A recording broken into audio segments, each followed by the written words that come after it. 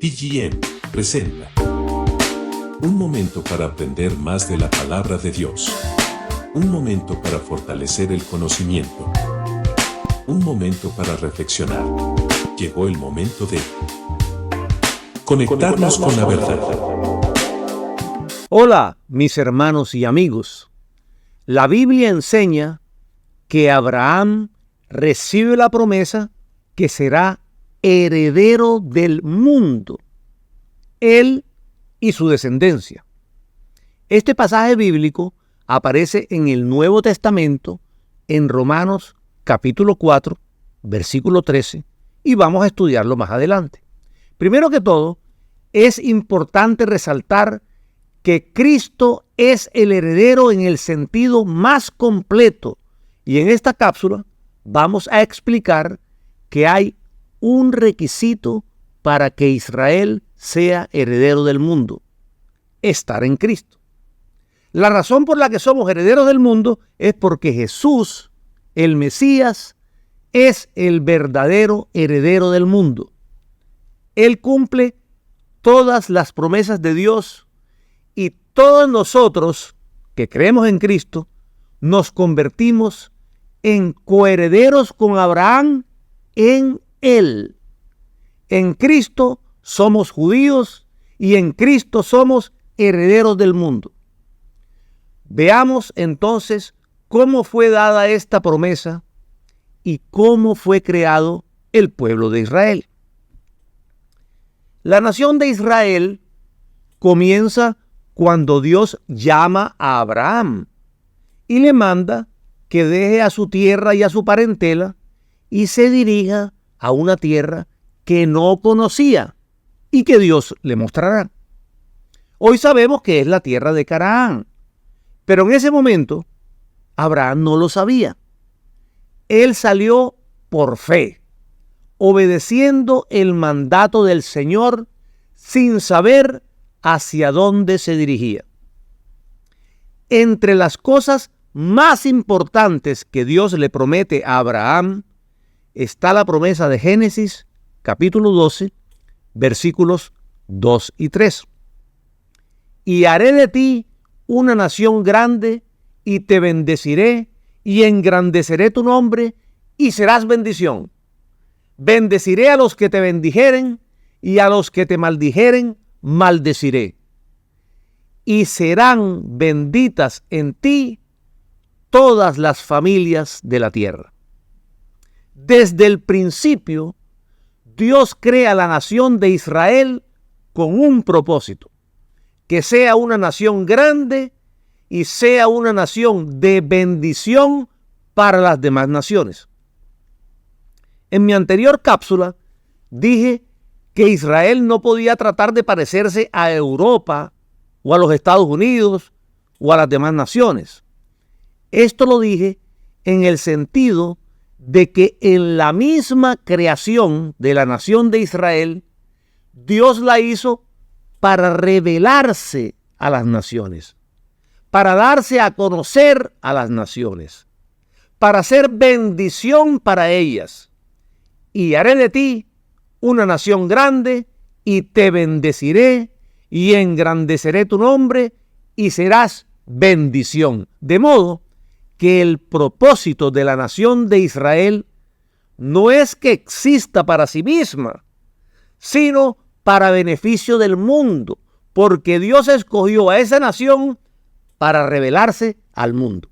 Más adelante hay un pasaje hermoso donde Dios, con una ternura especial, le dice a Israel que no los ha traído a una tierra prometida, sino que los tomó sobre alas de águilas y los ha traído a Él. Eso era lo más importante. Este pasaje es bien conmovedor y lo encontramos en Éxodo capítulo 19, versículos 4 al 6. Vosotros visteis lo que hice a los egipcios y cómo os tomé sobre alas de águilas y os he traído a mí. Ahora pues, si diereis oído a mi voz y guardareis mi pacto, vosotros seréis mi especial tesoro sobre todos los pueblos, porque mía es toda la tierra, y vosotros me seréis un reino de sacerdotes y gente santa. Pero después de esas conmovedoras palabras aparecen las primeras condiciones. Si guardares mi pacto, seréis mi especial tesoro. Sí es una palabra que condiciona todo el sentido de la frase. Después de esa palabra sí está el requisito que debe cumplir Israel para ser el especial tesoro de Dios sobre todos los pueblos. Si dieres oído a mi voz y si guardares mi pacto. De modo que era indispensable que Israel cumpliera algo para recibir algo de Dios.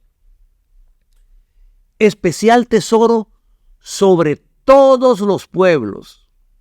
Y la razón, Dios mismo la dice al enfatizar, porque mía es toda la tierra. No solamente Israel, sino todos los pueblos. Dios es el dueño de todo y por tanto dispone de todas las cosas como a Él le parezca mejor. Y vosotros me seréis un pueblo de sacerdotes y gente santa. Aquí está la razón de ser de Israel. Aquí vemos el propósito para el cual Dios creó a Israel. Israel fue creado para ser un pueblo de sacerdotes y gente santa. Pregunto entonces, ¿cuál era la función de los sacerdotes en el Antiguo Testamento? Si Israel es una nación de sacerdotes, debía mediar entre Dios y los hombres. Su propósito debía ser mostrar a todos los pueblos quién es Dios. Mostrar al mundo quién es Dios. Dios le otorgó este privilegio a Israel, no porque fuera un pueblo grande o un pueblo especial. De hecho, Deuteronomio, capítulo 7, versículos 6 y 7, nos enseñan que Israel era el pueblo más insignificante que existía. Porque tú eres pueblo santo para Jehová tu Dios. Jehová tu Dios te ha escogido para hacerle un pueblo especial, más que todos los pueblos que están sobre la tierra. No por ser vosotros más que todos los pueblos, os ha querido Jehová y os ha escogido, pues vosotros erais el más insignificante de todos los pueblos. El más insignificante, Israel. En este pasaje bíblico, Dios vuelve a insistir en que Israel es pueblo santo para Jehová. ¿Y qué significa ser santo? Santo significa ser apartado para Dios. Ese era el propósito para Israel. Ser una nación de sacerdotes, ser una nación apartada para Dios, más que todos los pueblos que están sobre la tierra, dice el texto bíblico. Por esta razón, Israel no puede estar tratando de parecerse a otras naciones, porque ella ha sido creada con un propósito muy diferente. Ahora, Dios decide que Israel se establezca en una tierra específica. No fue una decisión de Israel. Dios fue quien les mostró dónde tenían que establecerse. En la tierra de Canaán. ¿Por qué Dios escogió esa tierra para Israel? ¿Por qué la que hoy se llama Palestina fue la tierra escogida por Dios para su pueblo Israel? Precisamente por el propósito por el cual Israel había sido creado. Israel iba a ser una lámpara encendida para el mundo, y por eso Dios debía colocarla en el mismo centro de las naciones.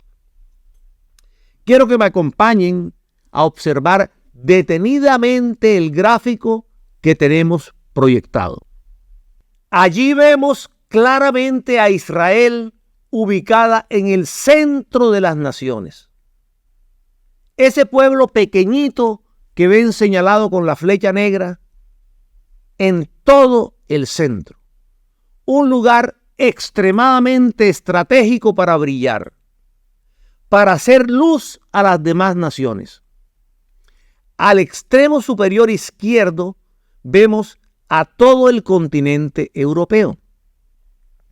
Todos estos países, incluyendo los países ubicados al norte, como Rusia, Turquía y Siria, debían obligatoriamente pasar por Israel si querían tener acceso a Egipto o a cualquier otro país africano.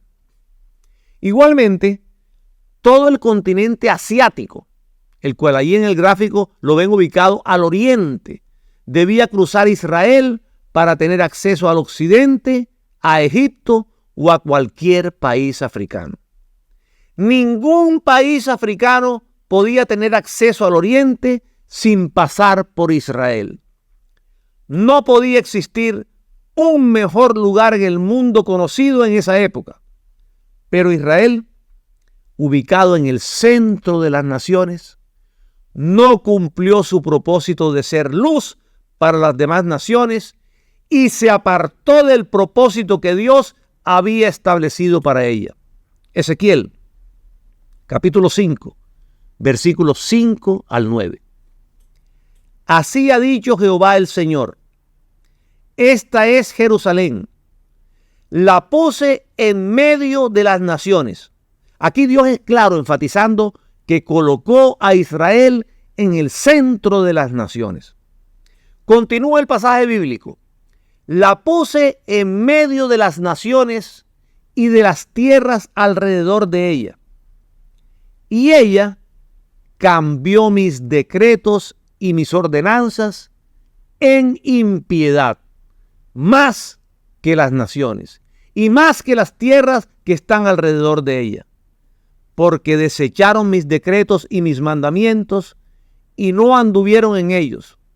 Por tanto, así ha dicho Jehová: por haberos multiplicado más que las naciones que están alrededor de vosotros, no habéis andado en mis mandamientos, ni habéis guardado mis leyes, ni aún según las leyes de las naciones que están alrededor de vosotros habéis andado. Así pues, ha dicho Jehová el Señor: he aquí, yo estoy contra ti. Sí, yo. Y haré juicios en medio de ti ante los ojos de las naciones. Y haré en ti lo que nunca hice, ni jamás haré cosa semejante a causa de todas tus abominaciones. La misión de nosotros como iglesia es ir al mundo a predicar el evangelio. La misión de Israel es estar en su tierra y que las naciones vinieran a ella para ser iluminadas por Dios. Es un propósito inverso, pero la misión es la misma: revelar a Dios a las naciones. Deuteronomio, capítulo 4, versículos 5 al 8. Mirad, yo os he enseñado estatutos y decretos como Jehová mi Dios me mandó, para que hagáis así en medio de la tierra en la cual entráis para tomar posesión de ella. Guardadlos pues y ponedlos por obra, porque esta es vuestra sabiduría y vuestra inteligencia ante los ojos de los pueblos, los cuales oirán todos estos estatutos y dirán: ciertamente, pueblo sabio y entendido, nación grande es esta. Porque ¿qué nación grande hay que tenga dioses tan cercanos a ellos como lo está Jehová nuestro Dios en todo cuanto le pedimos? ¿Y qué nación grande hay que tenga estatutos y juicios justos como es toda esta ley que yo pongo hoy delante de vosotros? Lo primero que nos enseña este pasaje bíblico es que Israel debía dar testimonio cumpliendo los estatutos y decretos de Jehová. De esta forma, a los ojos de los demás pueblos, Israel iba a ser un pueblo sabio y entendido. Iba a ser ejemplo para las demás naciones, de modo que todos los pueblos quisieran imitarla. Y de esta forma, alumbraría al mundo con el conocimiento de Dios. Si lo vemos desde esta perspectiva, podemos asegurar que la tierra de Canaán tampoco era un fin en sí misma. Era una representación de algo mucho mayor. Acompáñenme al libro de Hebreos, capítulo 11, versículos 8 al 10. Por la fe, Abraham, siendo llamado, obedeció para salir al lugar que había de recibir como herencia, y salió sin saber a dónde iba. Por la fe, habitó como extranjero en la tierra prometida, como en tierra ajena, morando en tiendas con Isaac y Jacob, coherederos de la misma promesa, porque esperaba la ciudad que tiene fundamentos, cuyo arquitecto y constructor es Dios. Abraham no veía la tierra de Canaán como el objeto primario de la promesa divina. Al final del versículo vemos que Abraham estaba viendo lo que esa tierra prefiguraba. Es importante observar que tanto Abraham como los escritores inspirados del Antiguo Testamento entendieron la promesa. Todos ellos tenían una revelación bien clara de la promesa, porque ellos la interpretaron como una promesa de posesión del mundo entero. Salmos, capítulo 37, versículo 3. Confía en Jehová y haz el bien, y habitarás en la tierra, y te apacentarás de la verdad. Luego nos dice el versículo 9, porque los malignos serán destruidos, pero los que esperan en Jehová, ellos heredarán la tierra. Continúa el versículo 29. Los justos heredarán la tierra y vivirán para siempre sobre ella. Sigue el versículo 34 diciendo, espera en Jehová y guarda su camino, y él te exaltará para heredar la tierra. Cuando sean destruidos los pecadores, lo verás. Esto es confirmado por Jesús posteriormente en Mateo capítulo 5, versículo 5, cuando dice en las bienaventuranzas, bienaventurados los mansos, porque ellos recibirán la tierra por heredad. Ahora, ¿a qué tierra se están refiriendo?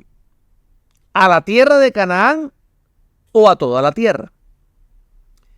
El apóstol Pablo nos responde esta pregunta en su carta a los Romanos, capítulo 4, versículo 3. Porque no por la ley fue dada a Abraham o a su descendencia la promesa de que sería heredero del mundo. Repito, heredero del mundo, sino por la justicia de la fe. Qué maravilloso es Dios, que nos permite encontrar todas las respuestas en su santa palabra. Jesús no se estaba refiriendo únicamente a la tierra de Canaán. Se estaba refiriendo a toda la tierra. Esa franja de tierra que hoy está en guerra prefiguraba algo muchísimo mayor. ¿Qué significa la promesa de ser heredero del mundo. ¿Y qué es ese algo muchísimo mayor prefigurado por la tierra de Canaán? Empecemos preguntando de dónde sacó Pablo en el Antiguo Testamento la idea de que Abraham y sus verdaderos descendientes serían herederos del mundo. En ninguna parte del Antiguo Testamento se usan estas mismas palabras, heredero del mundo. ¿Cómo es que en Romanos 4:13 Pablo resumió la promesa hecha a Abraham de esta manera, que sería heredero del mundo? Veamos 3 promesas dadas a Abraham que implican lo que Pablo está diciendo aquí. La primera promesa está en Génesis capítulo 17, versículo 8. Dios le dice a Abraham: y te daré a ti y a tu descendencia después de ti la tierra en que moras, toda la tierra de Canaán, en heredad perpetua, y seré el Dios de ellos. No dice simplemente que las generaciones venideras obtendrían la tierra como posesión eterna, sino que Abraham mismo obtendría la tierra. Te daré a ti y a tu descendencia después de ti. Esto es un indicador de que Abraham debía estar vivo para recibir la tierra.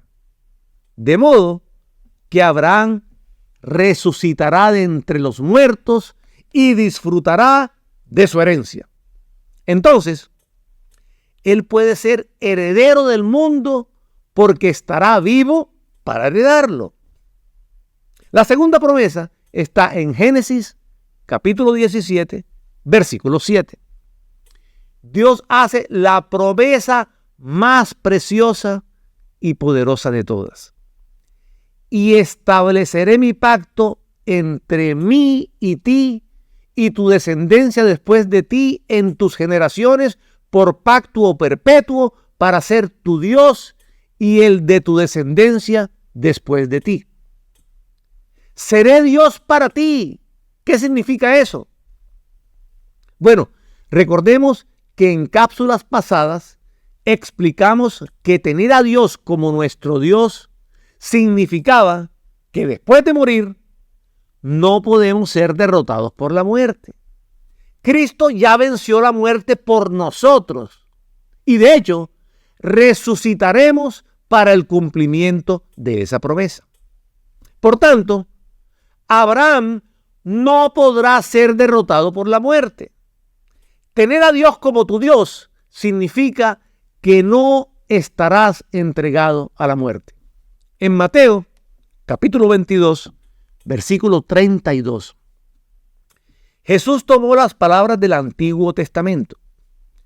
Yo soy el Dios de Abraham, y añadió, Él no es Dios de muertos, sino de vivos.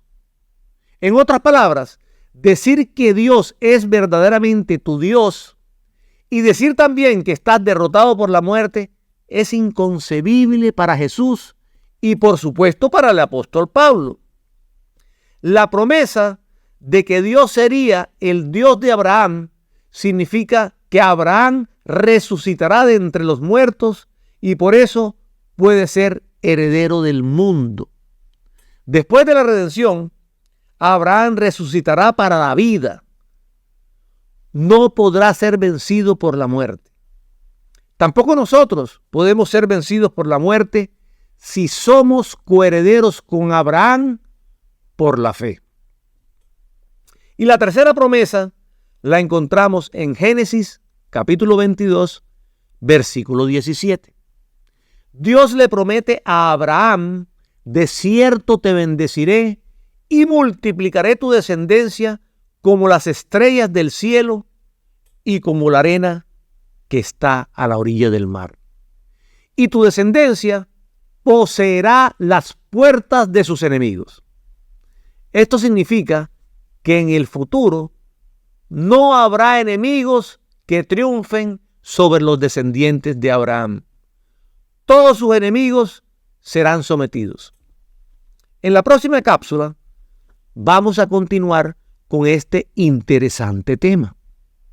Vamos a estudiar que cuando Cristo nos redime y somos glorificados, no solamente la tierra de Canaán será glorificada, el universo entero será glorificado y será traído a la libertad gloriosa de los hijos de Dios. Quiero terminar esta cápsula asegurándoles que aunque Israel se haya olvidado de Dios, Dios no se ha olvidado de Israel. Quizás Israel, en su angustia actual en esta guerra, podría pensar que Dios se olvidó de ellos. Pero la Biblia dice todo lo contrario en Isaías, capítulo 49, versículos 14 al 19. Pero Sión dijo: me dejó Jehová y el Señor se olvidó de mí. ¿Se olvidará la mujer de lo que dio a luz para dejar de compadecerse del hijo de su vientre? Aunque olvide ella, yo nunca me olvidaré de ti. He aquí que en las palmas de mis manos te tengo esculpida. Delante de mí siempre estarán tus muros. Tus edificadores vendrán a prisa, tus destruidores y tus asoladores saldrán de ti. Alza tus ojos alrededor y mira. Todos estos se han reunido, han venido a ti. Vivo yo, dice Jehová, que de todos, como de vestidura de honra, serás vestida, y de ellos serás ceñida como novia. Bendiciones y cielos abiertos.